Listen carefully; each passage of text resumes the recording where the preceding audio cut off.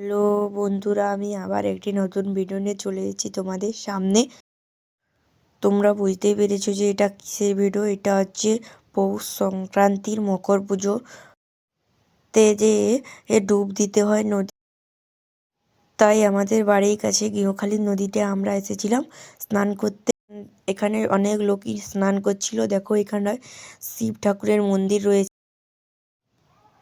এবং এইখানটায় দেখো শিব ঠাকুরের মন্দিরের সাথে সাথে নদীর সামনে অনেক কত লোক দেখো স্নান করতে লেগেছে, তোমরা বুঝতেই পেরেছো। এবং প্রচুর ভিড় হয়, প্রচুর ঠেলাঠেলিও হচ্ছিল, তাই আমি না নেমে আমি ওপর থেকে ভিডিও করে নিয়েছিলাম।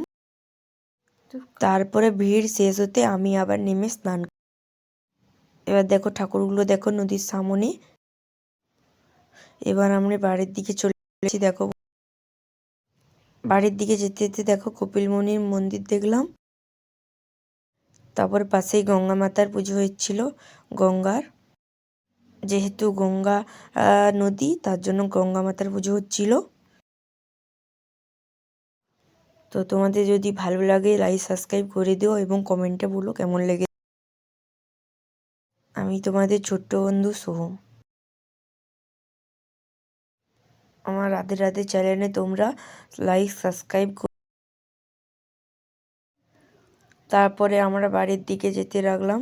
অনেক ভেতর রাস্তার মধ্যে এই নদীটা। যেতে যেতে দেখলাম নদীতে একটি বড় জাহাজ। তো তোমাদের সাথে সেটা শেয়ার করলাম। দেখো কত বড় জাহাজটা। টাটা বন্ধুরা।